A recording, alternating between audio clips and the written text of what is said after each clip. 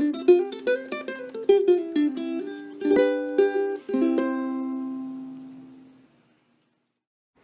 everybody! So in this video, we're going to take a look at songs by two different artists and start to learn about something important that they both have in common: the blues progression, or 12-bar blues. To sum up what the blues is in a short video like this is pretty much impossible. It's a genre of music people can devote their whole lives to playing, like classical music. But we're going to start with some basics. First of all, we'll need just 3 of our chords for this: C, F, and G. And we're going to use a particular form. Like I said, this progression has 12 measures, or bars. But you don't really have to keep track of 12 whole measures. It's divided into 3 groups of 4. Here's how we're going to do the first 4 measures. Doing 2 half-note strums each, we're going to start with C, then go to F, then C, and then C again. Got it? Now try it with me. 1, 2, 3, and 1, 2, 3, 4, 1, 2, 3, 4, 1, 2, 3, 4, 1, 2, 3, 4. Good. Now for the next 4 measures. They're kind of like the first 4, but a little different. They go F, then C, and then C. Now try that with me.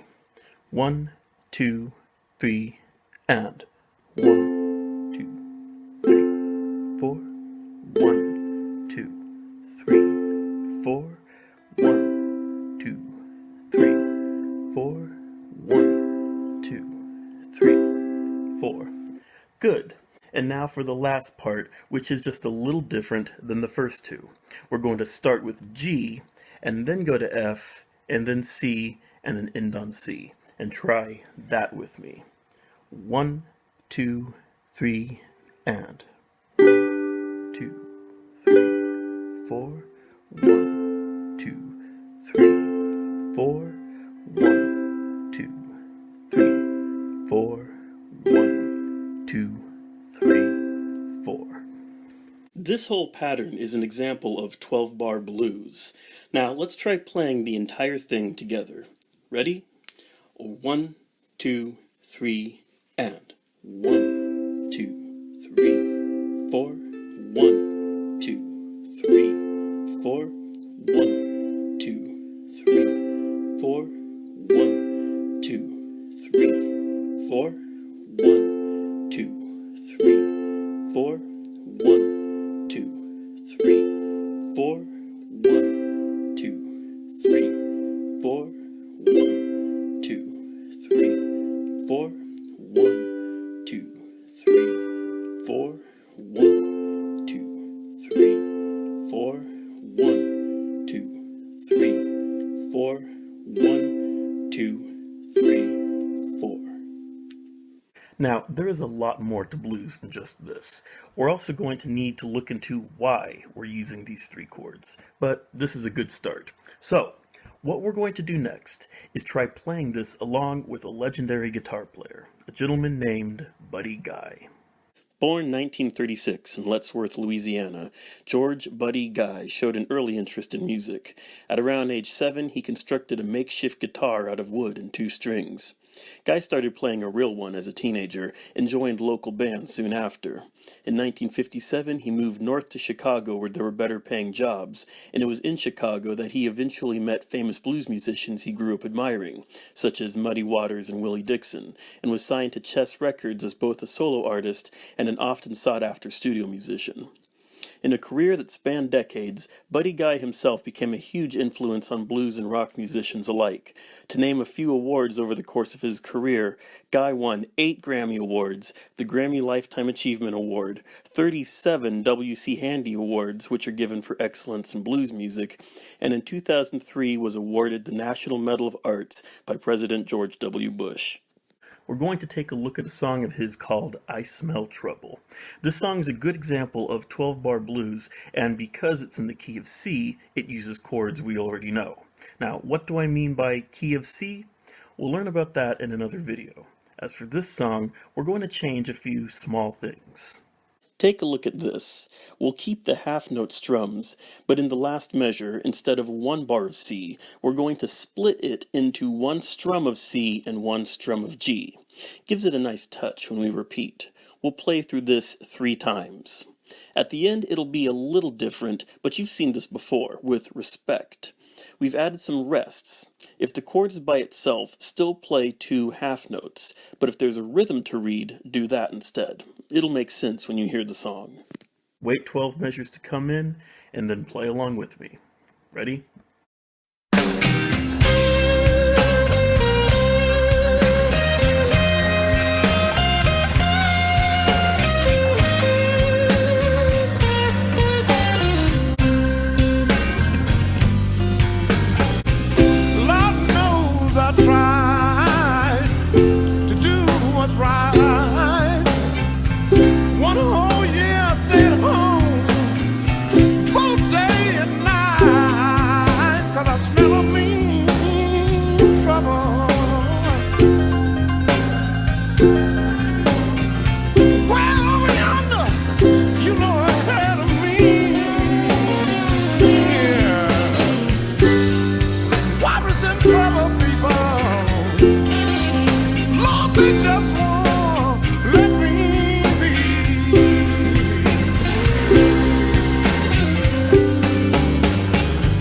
People talk about me both night and day. I said, Lord, please forgive them and go the other way, 'cause I smell trouble. Lord, I smell trouble ahead of me. Oh yeah. Yes.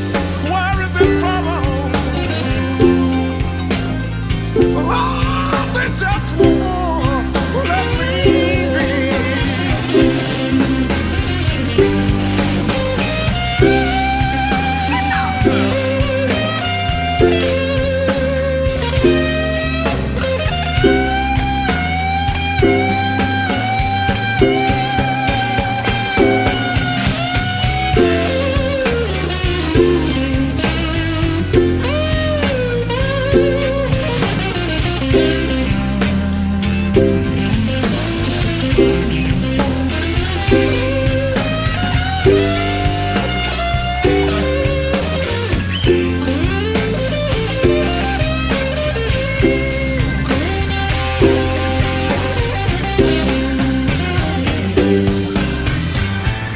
From now on, I will not run and hide. I'll face trouble with a smile, and all it pass me by, 'cause I smell a mean trouble. Way over yonder, I say ahead of me.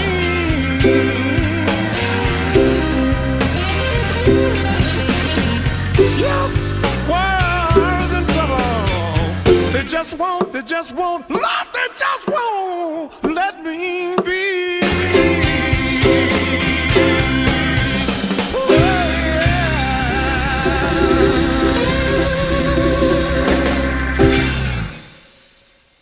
Alright, how did you do? Go back and play along with that song as many times as you want if you think you need the practice, or if you just like the song.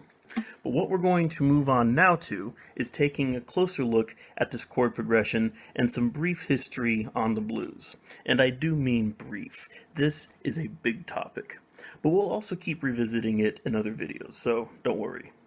Blues started to form in the United States around 1870, after the end of the Civil War. It developed in African American communities who still faced high discrimination, hardship, and unfair laws, even though the 13th Amendment brought an official end to slavery.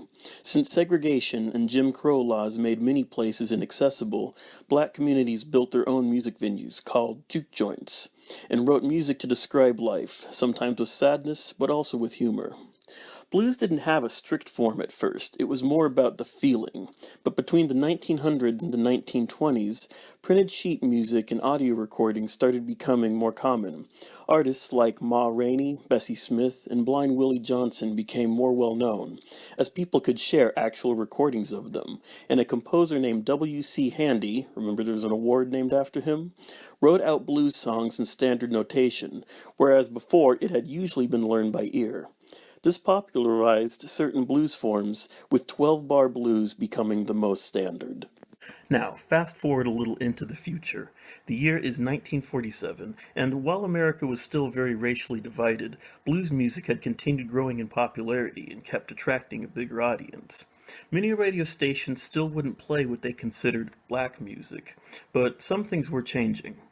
One radio station, in particular, based out of Memphis, Tennessee, called WDIA, became the first radio station in America to play music exclusively by African Americans, and hired the first black DJ in the South, Nat D. Williams. The station reached all over the southern United States, and found a fan in a teenager from Mississippi who had recently moved to Memphis. His name was Elvis Aaron Presley. You see, part of the genius of blues was this incredible versatility that it had. Not only were there a million variations in how you could play the blues, but different music genres started emerging from it, and one of those genres was rock and roll. Enter Elvis. Elvis Presley was born in Tupelo, Mississippi in 1933. His family moved to Memphis when he was about 13. Elvis was a shy kid, often bullied, and nobody thought a lot of him, certainly not musically, until he performed at a talent show at age 17, and that set him on a pursuit of a musical career. Jumping forward into the future a little, Elvis would become the best-selling solo artist of all time. Not one of the best, but the best. His popularity, especially among teenagers, was absolutely unrivaled. Elvis was what we would identify today as the first full-on rock star, and this has earned him the long-lasting moniker, the King of Rock and Roll. But now let's jump back in time to 1952. Enter Jerry Lieber and Mike Stoller, two 19-year-old blues fans and aspiring songwriters from LA. Their career would also eventually skyrocket, writing hits for groups like The Coasters, Benny King, and The Drifters, to name a few. But in 1952, they wrote a song called Hound Dog for blues singer Willie Mae Big Mama Thornton. You ain't nothing but a hound dog, been snooping around my door. You ain't nothing but a hound dog, been snooping around my door. You can wag your tail, but I ain't gonna feed you no more. Thornton made the song popular and it was widely covered.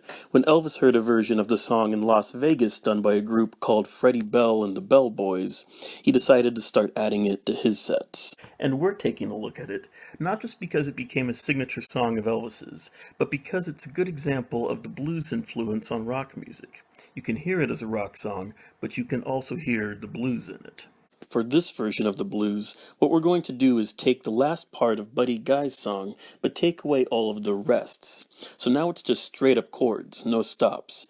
And there's going to be just one more change. We'll be doing this a little faster, but it will repeat the whole way through, no special sections, and if you practice the first song, it will make this one easier.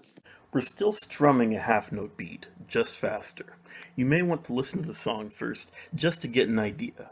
But if you're ready, try to do it along with me. Wait for Elvis to say, "You ain't nothing but a," and then start. Ready? You ain't nothing but a hound dog, you're crying all the time. You ain't nothing but a hound dog, crying all the time. Well, you ain't never caught a rabbit and you ain't no friend of mine. Well, they said you was high class. Well, that was just a lie. Yeah, they said you was high class. Well, that was just a lie. Yeah, you ain't never caught a rabbit and you ain't no friend of mine. You ain't nothing but a hound dog, crying all the time. You ain't nothing but a hound dog, crying all the time. Well, you ain't never caught a rabbit and you ain't no friend of mine.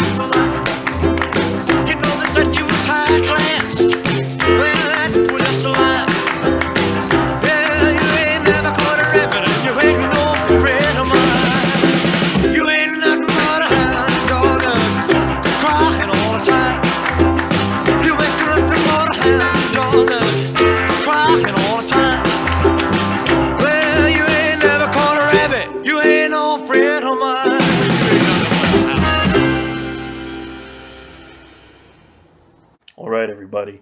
That's our two songs for now that use a blues progression in the key of C. This, however, will not be the last video where we look into this.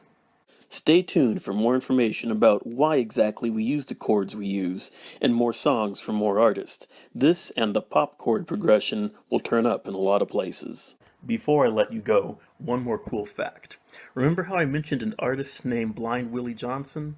Well, in 1977, NASA launched a satellite into space called Voyager 1. It is currently the furthest man-made object in the universe. Before it was launched, folks at NASA decided to put a gold record on it in case it ever ran into intelligent life thousands of years from now. On this record were examples of music from all over the world, and one of the songs they picked to represent the United States was Johnson's "Dark Was the Night, Cold Was the Ground." If aliens ever find Voyager 1, they'll have a copy of the blues. How's that for cool?